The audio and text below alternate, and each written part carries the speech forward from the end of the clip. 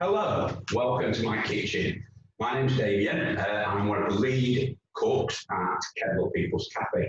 I feel a bit like Mary Berry today doing a cooking demonstration.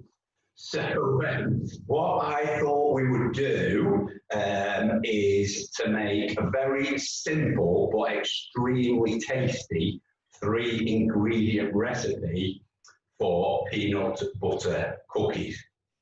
They really are lovely, these, and very, very simple to make. They're also great for children to get involved. So when I'm not doing the People's Cafe, I am a scout leader, and I have done this recipe with beavers, cubs and scouts, and they all absolutely love the biscuit and love making them as well. Okay, so without further ado, maybe if I should show you what the cookies look like when they're made, and then you can see what we're working towards. So, according to the age-long phrase, here's some I prepared earlier. I'll just try and get a bit close to the camera. So hopefully you can see what the cookies are going to look like. But as I say, they are very easy to make and they taste absolutely lovely. Okay, so I'll just put those to one side. Okay, so what you're going to need to make this recipe is a jar of peanut butter. Standard jar's got about 340 grams. You're going to need some caster sugar. You might find it quite difficult to find caster sugar in Kendal at the moment. There seems to be a bit of a rush on home baking. I got some from Heron Hill Spa the other day, a really big bag. So if you feel like you're going to make lots of these cookies, it might be worth investing in a big bag that will last you for quite a long time. And you're going to need a standard humble egg. So our 3 ingredients are an egg, peanut butter, and caster sugar. Okay, so what equipment are you going to need? Well, you're going to need a mixing bowl about that size. If you've got a balloon whisk, I like to use these just to start the process off when I'm mixing the sugar and the egg. But if you haven't got one, don't worry, a wooden spoon is absolutely fine. And you're going to need some sort of standard measuring scales to weigh out all your ingredients. Okay. Also, you will need a flat baking tray, that sort of size, something like that, that your cookies can go in the oven on. And again, here's one I prepared earlier, as I used to say on Blue Peter, and that's just going to sit on the baking tray, and then we will put our peanut butter cookies on top of the greaseproof paper. So, at Kendal People's Cafe, we are very, very keen on food hygiene. So the very first thing that we're going to do is to thoroughly wash our hands. Okay, so there's been a little ditty going around since coronavirus started, which is to wash your hands for about the length of time that it takes to sing Happy Birthday twice. So in a minute, I'll let you go and do that. Make sure you rub your palms together, get on your nails, that type of thing, and get your hands really, really clean. Okay, so I washed mine earlier. The next thing we're going to do is to turn on the oven to 180 degrees to give you a chance to heat up whilst we prepare the cookies. Okay, that's obviously electric. If you've got gas at home, I'm sure you'll be able to do a conversion. So I'll just turn the oven on to 180. Okay, so I think we're about set. The first thing that we're going to do is to measure out our sugar. Okay, so if you get your sugar, tip it into your weighing scales and just weigh out 100 grams.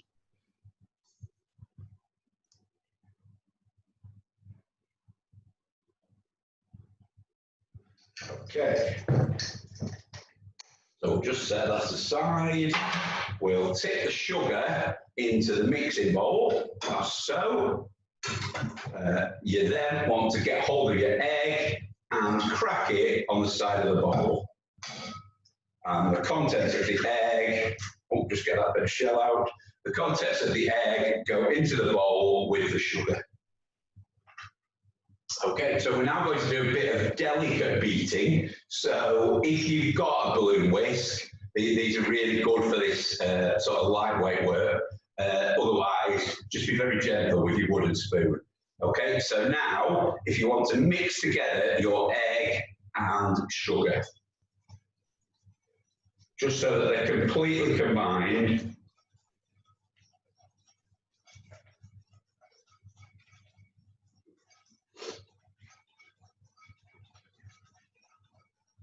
So you should get a nice mix, which is going to be about the same colour as an egg yolk.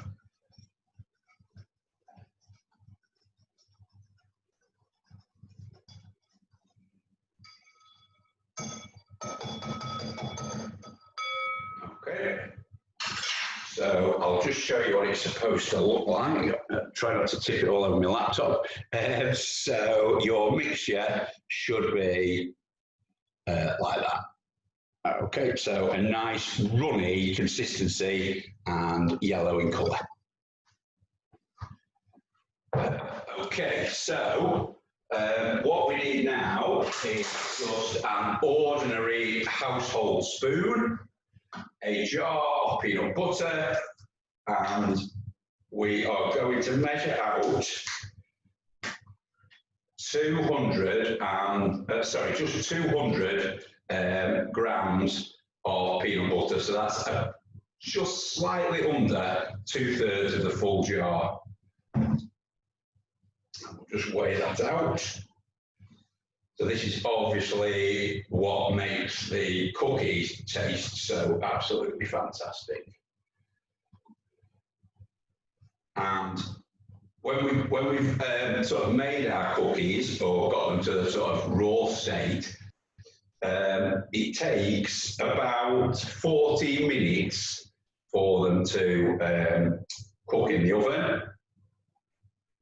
So what I thought we might do whilst they're cooking is if I tell you a little bit about Kendal People's Cafe, what it was doing before lockdown, what it's all about really, and also the types of things that we've been doing during lockdown. So we've had a completely different operation,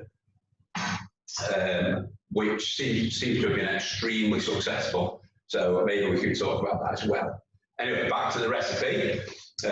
We are now going to add the peanut butter to the egg and sugar mix.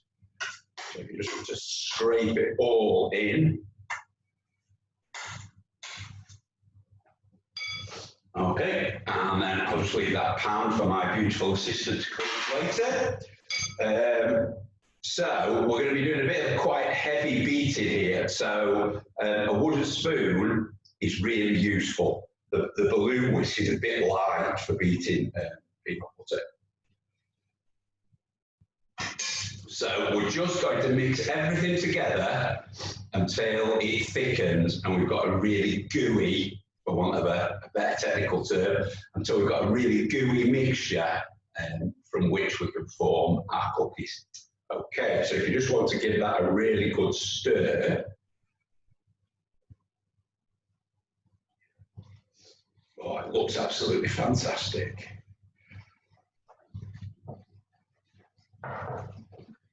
Next door to us, we've got 4 young children living. So when I have been making these cookies with the scout group, who obviously we're not in contact with for obvious reasons, so that we don't get fat eating all those cookies, fatter, we've been donating the cookies to our next door neighbours, and they seem to absolutely love them as well. Okay, so you should now have a really thick mixture made up of peanut butter, egg, and sugar. So I'll just try and show you what, yeah, there you go. So it should look like that, and it shouldn't drop off the spoon. It should be so thick that you have to really shake your spoon to get it to drop off. Okay. Now, I tried to make these cookies earlier for this video, and I missed out a key step, which is that when you're actually forming the cookies, you need to wet your hands first. So I'll just get that bit in here because I was videoing it and I was trying to form the cookies and they were just sticking to my fingers. And in the end, this is because we haven't got a video camera, we couldn't do like take one or anything like that. So what you need at this stage is your flat tray, your pre-prepared grease-proof paper, which ideally will be just a fraction bigger than the tray. And as I say, what you should now do is get your hands really wet. This is the bit that kids really enjoy because the next stage is going to involve us actually handling the food and forming them into cookie-sized balls. Okay, so I'm just going to put some water on my hands.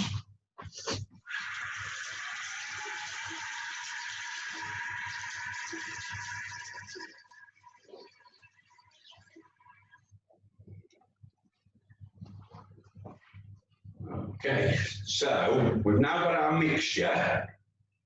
Just take a spoon out for a minute. And we are going to form that mixture into approximately 8 golf-size cookie balls. If you want to be really precise and use your scales, each ball wants to be about 30 grams in weight. Otherwise, it's always worked for me. I've always managed to get sort of 8 or 9, just approximating them to the size of a golf ball. Okay, so before we hands try out again, what you're going to do now is put your hands into the mixture, get some out, and just make it into approximately the size of a golf ball.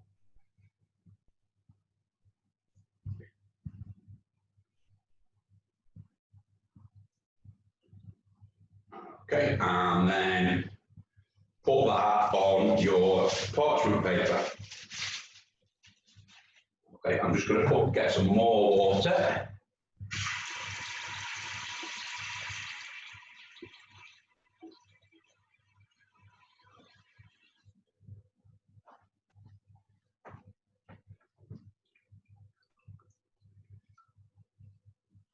Okay, so as I say, we're looking to get about 8 or 9 golf ball size balls.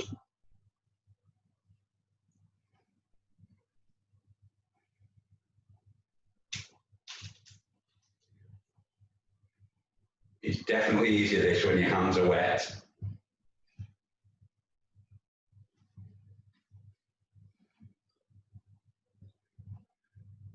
They don't have to be precise or anything like that. The cookies can definitely be quite rustic when they come out of the oven.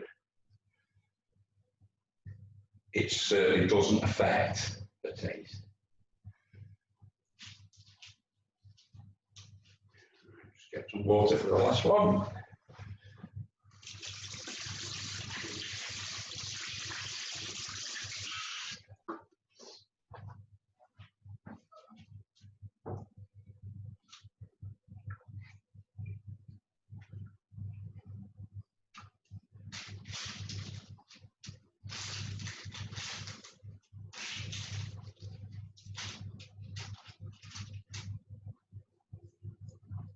One, two, three, four, five, six, 7, 8. Spot on. Right. Okay. So we'll discard the bowl for licking later. So you should now have a tray with approximately 8 golf ball size cookie dough pre-cookies. Okay.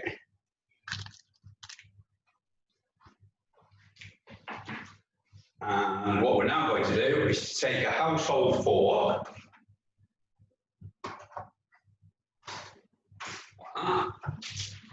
and we're just going to lightly press down on these balls of cookie dough to make them look more like a cookie.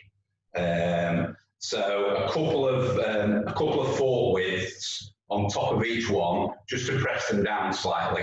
And as I say, shapes don't have to be perfect. Rustic is absolutely fine. So if you just like to do that, just press your cookies down a bit. Depends how thick you like your cookies. If you like them thin and crispy, then obviously press them down a bit more. If you like them with a bit of substance to them, just a very light pressing down. And if you leave the fork marks on top, then when they come out, they'll look pretty as well.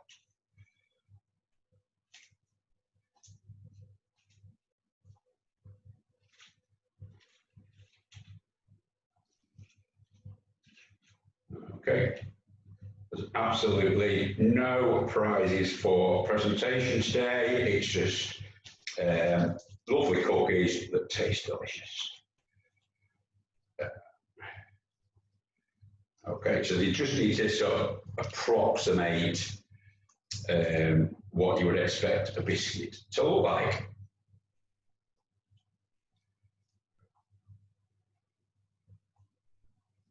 Okay, so I told you they were easy. That is the last stage of the cookie preparation.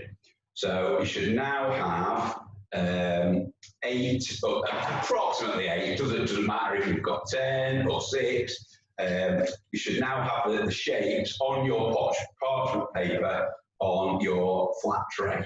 Now what we're now going to do is to put those in the oven and set the timer for 14 minutes. Okay. When I read the recipe for this, he said it's very easy to overdo these. So if you set it for exactly 14 minutes and you've got a temperature of 180, you should be okay. So I'm just going to put those in the oven.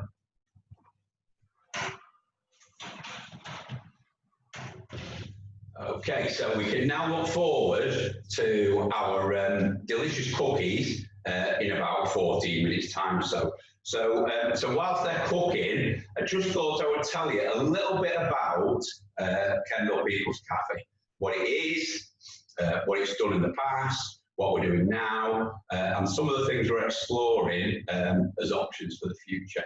So the cafe started round about 2.5 to 3 years ago, and it was the brainchild of 2 ladies called Helen and Gillian, who were both extremely good cooks, and they were concerned about the amount of food from local supermarkets that was being thrown away, and they also felt that maybe people were lacking basic cooking skills, and that maybe there's a need in the town to provide some sort of affordable but very nourishing meals that people could enjoy.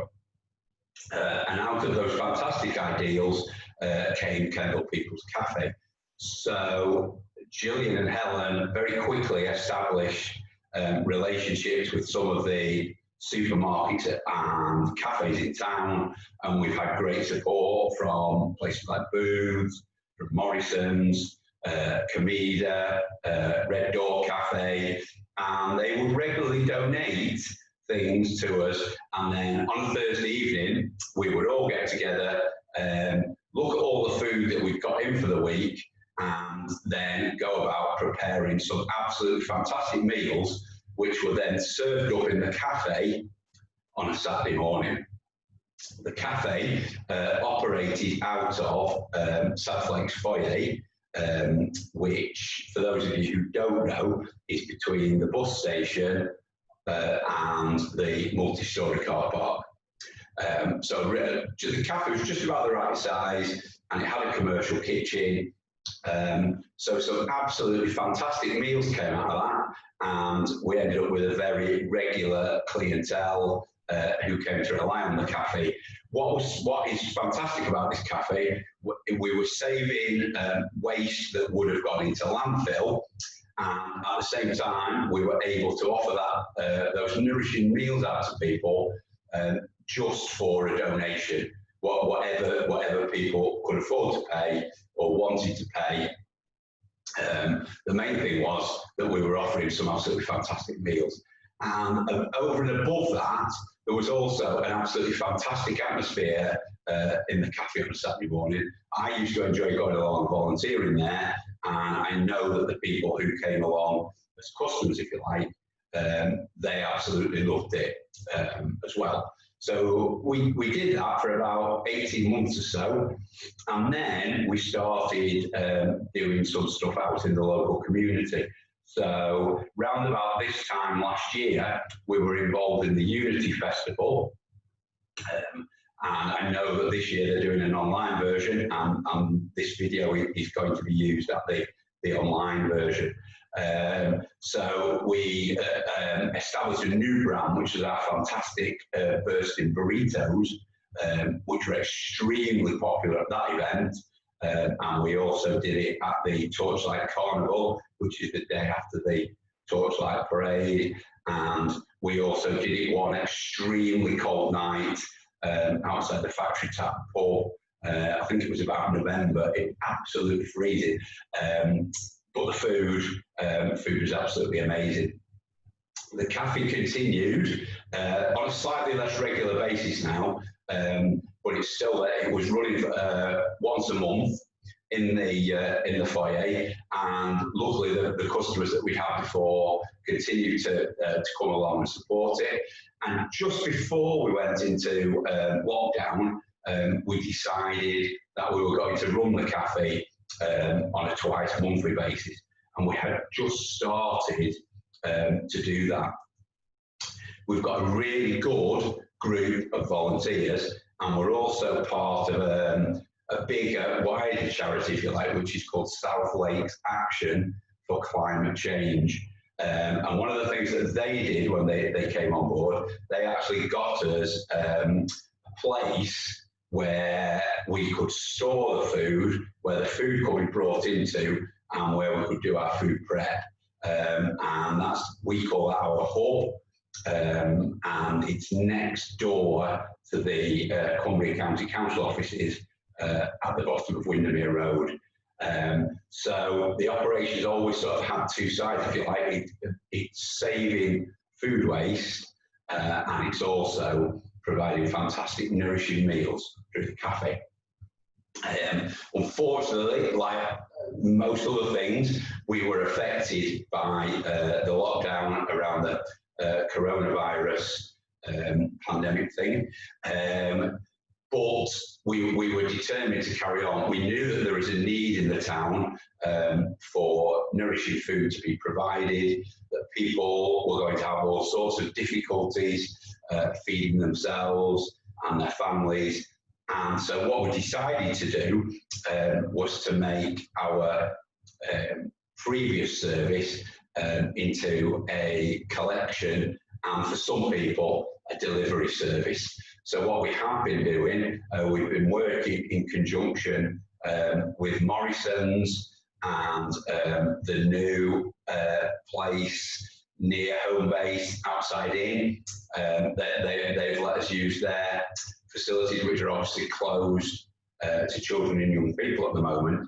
And what we have been doing is preparing food bags, which we have then distributed in various places throughout the town. So on a Monday morning, we're at Outside Inn. Another day, we're at Hallgard Community Centre. And on a Friday afternoon, we're at the Salvation Army on Gillingate. And people have really appreciated the food bags which we've been able to donate. and then they've been able to supplement the other food that they've got. And the supermarkets have been absolutely fantastic in supporting us in being able to offer that facility. We fully intend to carry on doing that, but we're also just starting now to look at options for how can we reopen our cafe, because that's where we started. That's where a lot of the volunteer expertise is, and one of the things that we're looking at the moment is to actually produce those same fantastic nourishing meals, but then to package them up so that we can make them available to people almost as ready meals, if you like, the type of thing you can get in the supermarket and places like that. And they will be extremely nourishing meals, and all people have got to do is take them home and put them in the oven. So that's for the future, and then hopefully in time we will be able to reopen our cafe and welcome back all our clients.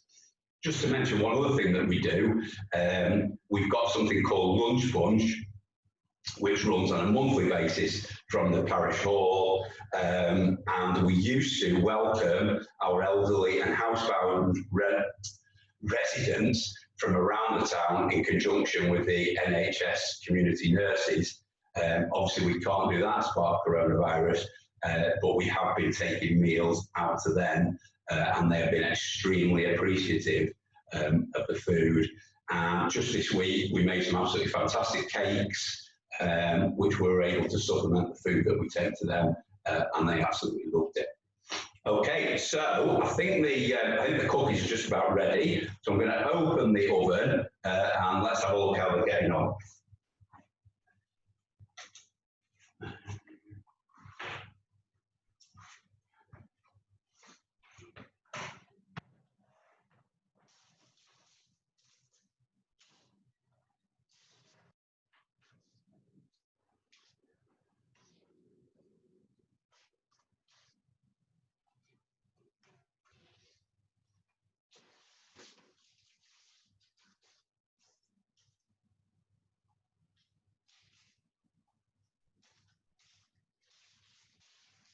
Okay, so that's what they look like.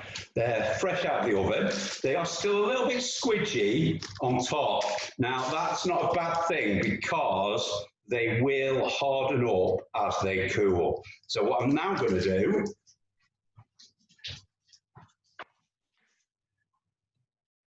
is just get my fork again and just use the fork to